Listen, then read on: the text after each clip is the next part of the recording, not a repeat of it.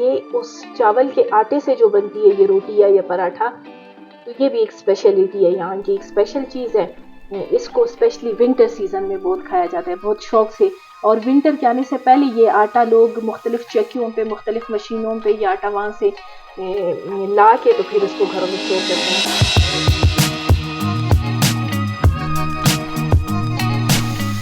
इसको हम अपने मकामी ज़बान में शिली बोलते हैं। ये जो है बेसिकली कुरमी जो चावल है हमारे अपने, ये जो यहाँ के स्पेशल चावल होते हैं ये उससे बनते हैं। उसको पीस के जो आटा बनाया जाता है चावल से, ये उससे बनते हैं। फिर इसको पानी, नमक, जिस तरह आम आटा गूंदते हैं, नमक और ये खमीरा डाल के थिक सा वो बैटर सा बना लेते हैं। फिर उसको ओवरनाइट रख लेते हैं, क्योंकि ये चीज़ स्पेशली मॉर्निंग में और ब्रेकफास्ट में, नाश्ते में चलती है। इसको बनाते वक्त हम थोड़ा सा घी लगाते हैं। ऑयल का ये होता है कि घी का कि थोड़ा सा क्रिस्पी आते हैं, और फिर उसको तेज़ आंच पे बनाया जाता है। हमेशा इसको प्री हीट रखा जाता है तवे को, और फिर तेज़ आंच पे ये चीज़ बनती है, तो काफ़ी लजीज और मज़ेदार होती है। इस पराठे को बनाने में ज़्यादा से ज़्यादा जितना लगता है, मुझे तो लगता है कि वो पूरे प्रोसेस को 10 मिनट भी नहीं लगते होंगे।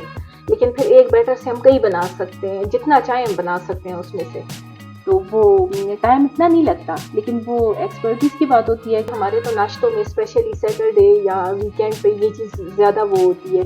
ये सर्दियों के मौसम में, क्योंकि यहाँ पे टेम्परेचर माइनस होता है, तो सर्दियों के मौसम में हम ऐसी चीज़ें खाते हैं या ऐसी चीज़ों को तरजीह देते हैं जो ऑर्गेनिक भी हो और गरम गरम भी खाई जाएं और जिसका अपना टेस्ट भी हो।